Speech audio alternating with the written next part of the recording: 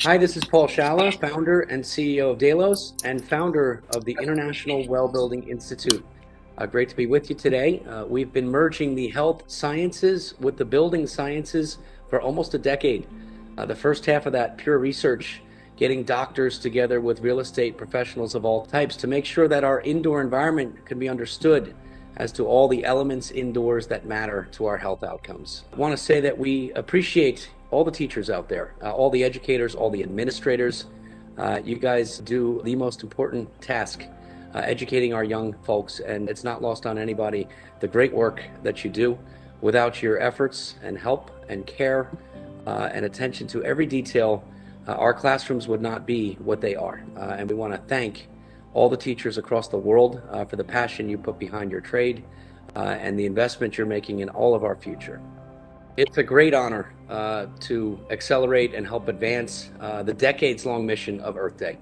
Earth Day from the onset has done such important, groundbreaking work, leading the globe in what really matters, our surroundings, our planet, our common home, and our shared future. For most of our time on Earth, people, we've spent our time outdoors. We used to wake up with the sunrise. We'd be active and energized and productive throughout the day under a very bright sky, slept in total darkness, slept in cooler temperatures versus warmer temperatures. We breathed pure air, drank pristine water. That all started to change when we started building boxes around ourselves called four walls and a roof and spending more and more of our time indoors. Nowadays, we spend over 90% of our lives inside. We are inspired to help bring the basics, the natural elements back indoors: purified air, purified water, lighting that can mimic the rising midday and setting sun, to really reconnect ourselves with where we belong. So when we think of sustainability, clearly it starts with our planet, environmental sustainability and the great strides made with the green movement over decades, particularly with great leadership from Earth Day and others. It's interesting when you think of a holistic understanding of sustainability that also encompasses people. Human or biological sustainability, for instance, in our buildings, is a great complement to environmental sustainability in our buildings. So when we can put both of those together, focusing on planetary health and human health, we have a full picture of sustainability. Unfortunately, it's taken a pandemic for people to be aware of one very basic thing, that what surrounds us matters. What we touch matters, what we breathe matters. At times, how we gather indoors matters. And if one good thing can come out of the shock that we've seen with this pandemic is a renewed focus or an up-ante focus on the elements that surround us and how much they mean to our health outcomes, our lifestyle outcomes, and our overall prospects for longevity. When you think of our health outcomes, anyone's health outcomes, 5% of these health outcomes are genetic. And we can't do anything about that, at least not yet. Another 20%, 20 to 25% of chronic health outcomes are determined by lifestyle and care. The rest, up to 70% of chronic health outcomes, are determined by our surrounding environmental and social conditions, basically where we place ourselves. And in this day and age, we spend 90% of our lives indoors. So consider what that means with regards to the elements that surround us inside: the air we breathe, the water we drink, the lighting we're exposed to, thermal, acoustics, and how they directly influence 70% of our chronic health outcomes. Merging the health and building sciences for almost a decade, it's really nice to see that there is knowledge that can lead to solutions, particularly in a time like this. We've been looking at ultrafine particles in air quality for the better part of 5 years. We understand the size of a pathogen concern, such as SARS-CoV-2 particles, and how to effectively and efficiently reduce those and do so at scale. So it's really good to put that research to work and help lend a hand to some of the nation's top school districts. So many different parts of our lives have been disrupted.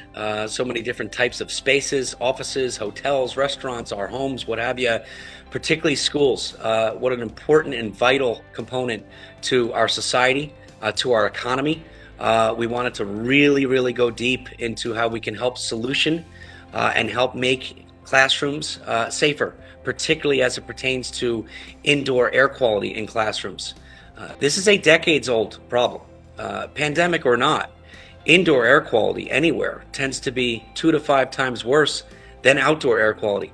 And if any good can come out of this, a focus on indoor air quality, not just to alleviate aerosolized particle transmission risk and an elevated concern right now, but to invest in the future, to clean that air in our classrooms, which has direct ties to mental acuity, cognition, retention, asthma rates, influenza, and also obviously absenteeism. So focusing on indoor air quality in our school classrooms is a decades-long fix, and it's overdue. It just happens to now be happening with a catalyst that we've seen last year, an awful catalyst of a heightened elevated concern on pathogens. For the last 6 months, we have been very active helping to solution air quality situations in classrooms across the country for some of the nation's top school districts: New York City, Chicago, Baltimore, Miami-Dade.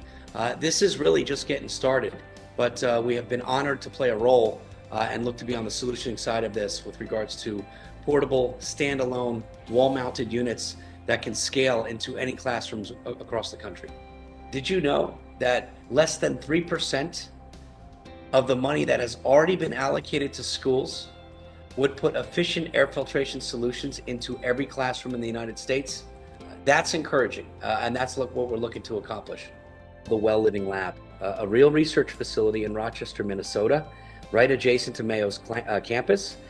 This is the only research facility of its kind in the world whereby we can simulate various indoor environments: a bedroom, a living room, a school classroom, a hotel environment, an office environment, and literally test and simulate various health interventions on occupants. For the last year, the Well Living Lab has been focusing on looking to separate fact from fiction.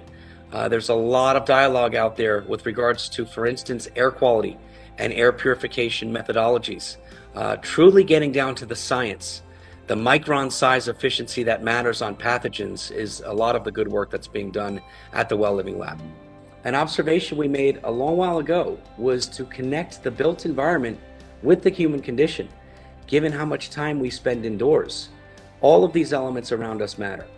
We have been merging the health sciences with the building sciences for quite some time, looking to understand all of these elements inside: air quality, water quality, lighting, thermal, acoustics, biophilic elements, surface and cleaning protocols, even HR policies and operational guidelines, mapping those directly to our respiratory, cardiovascular, immune, cognitive, digestive, and sleep health outcomes.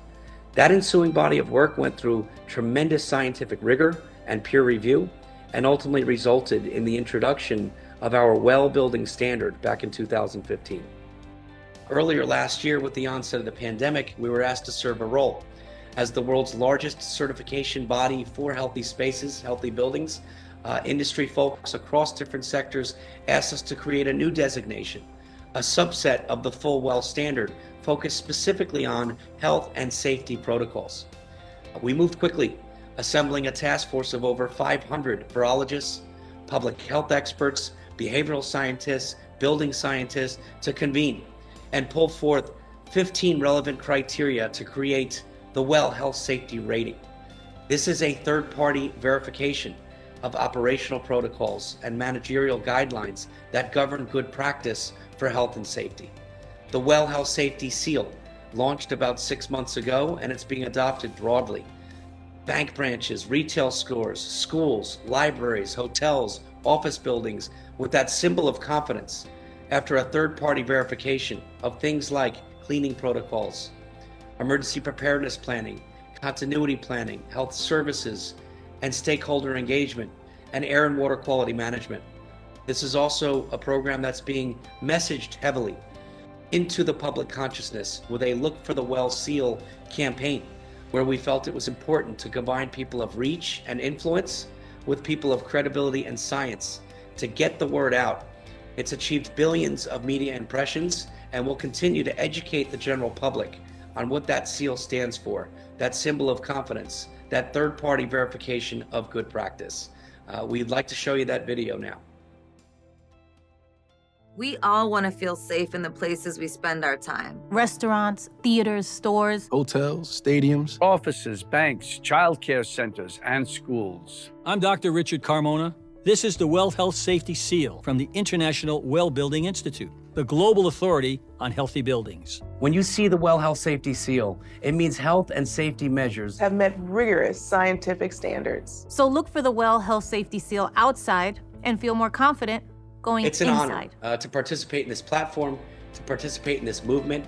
We want to thank everyone for allowing us to be part of this. We're all working towards a shared future, a common sustainable world where human health and environmental health are one. Please join us on this journey at Delos.com.